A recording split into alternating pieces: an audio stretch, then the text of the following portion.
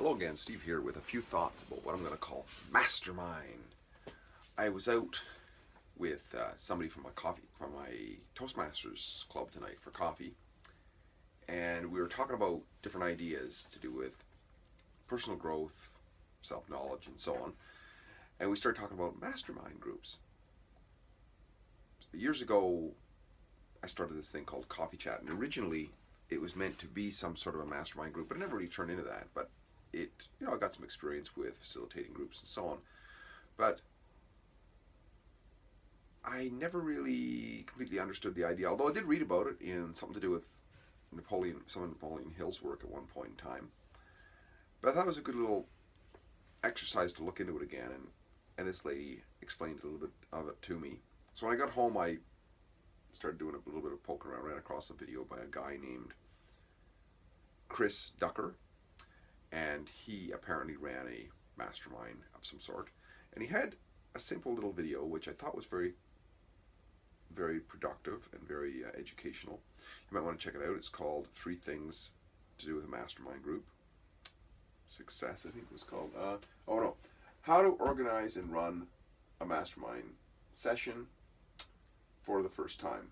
He talks about the three points that he says, if you're going to run a mastermind group for the first time to get it rolling, here's a good idea. Ask people to bring these 3 things or ideas with thoughts. And he's mostly talking about business as far as I'm concerned, but it can be for anything. It could be for life in general. It could be if you're running a mastermind group for expecting mothers, or for somebody or for public speaking, or for your duck hunting club, or where's the best place to buy used cars, or whatever the mastermind group happens to be for, whatever the topic is. His happened to be business. But I thought that even though he was focusing on business, what he was talking about was relatable to anything. It could be mastermind group for dating, people who are interested in dating, or anything that one would want to achieve in life. So what he talks about is to ask people to bring, including the facilitator, to bring these things. What's really working well in your business? He talks about business, but you could convert that to what's really working well in your life. And even if a mastermind group if everybody wasn't on the same page, maybe one person is there to learn how to be more successful in dating, another one might be learning how to be more successful in running their car wash station or something. Basically both people are wanting to be more successful in what it is that they're going after. So you could say, what is really working well in my life or my business? It doesn't matter. It's a business. If you're running a business, that's part of your life. The next one is to bring something that's a struggle, or something that you need help on. Because the idea of the mastermind, of course, is to allow everybody to put these things out there, and then we can learn from everybody. Because some people have, I had a similar struggle like that, and here's how I dealt with it. See? And the third one he talked about is to bring a resource which helps in the business or the life. Oh, that was great. Now, this got me thinking, because the first one, what's working well in my life? Well, sometimes people would say, well, what am I going to focus on that for? I got to focus on the problems. But here's the thing. A couple of things about focusing on what works well in our life. Somehow there's an attraction that goes on to, if we acknowledge what's going well, we see more of it, right? That's one thing for sure. So you can say, okay, my health is doing well, my spousal relationship is doing well, my tennis game is improving, say a couple things. Now, this helps us with our gratitude. This helps us to recognize, I do have some good things going on in my life. The rest of my life might be shit, but these things are actually working. And so that helps us. But it also helps us to, if we zone in on it, we can ask ourselves, well, why is this successful over here and this is not successful? And maybe we can learn from the successes in our life, elements, to apply to our other areas of our life.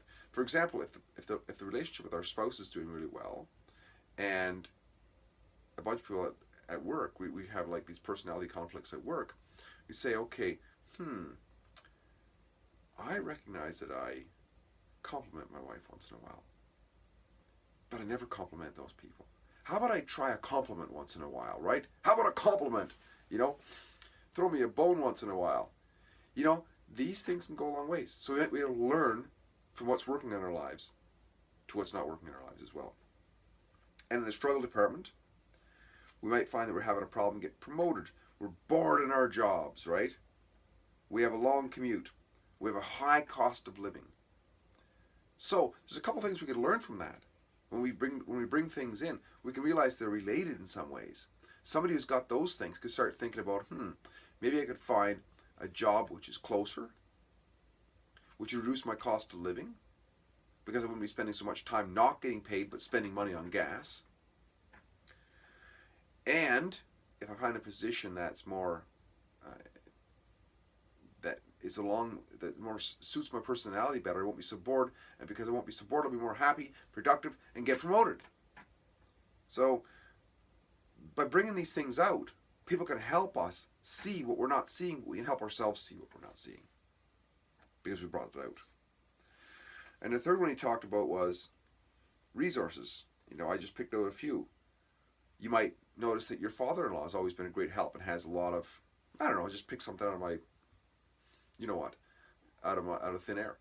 It's just an idea.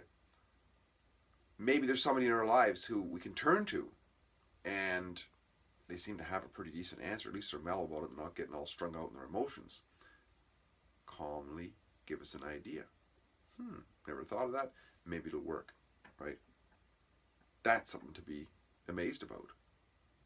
And we can maybe apply that resource in other areas of our lives. We might be reading a great book which is uplifting, or it's specific in helping us in a certain detail of our lives, or. And these are all resources. And when we look at our resources that are working, we can realize, I've got resources for these areas of my life. How about I get some resources for the shit that's not working in my life? If I'm having all kinds of personality conflicts at work, how about I get a book on how to resolve conflicts? How about peaceful communication? Or whether it was a book, Nonviolent Communication by what's his name? Anything that works. So I think it's a great exercise to even just do it with ourselves, with our family members.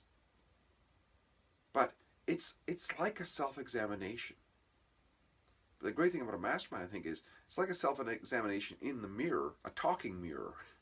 A mirror that, hopefully, when people are honest, will tell us the blunt answers we sometimes don't want to hear, but we should hear, or it's best if we do hear it. So I think it's a great idea. I'm going to toy with the idea of doing something like this in the new year. So stay posted, and I will let you know more about it as it comes. But just a few things on Mastermind, and thank you to the friend I went out and had a chat with this evening, got me thinking about this, and also thank you to Chris Ducker on YouTube for giving me some ideas that he had to share about his 3 things to bring to a first Mastermind meeting. See if you're getting great chatting. We will talk again soon. Bye for now.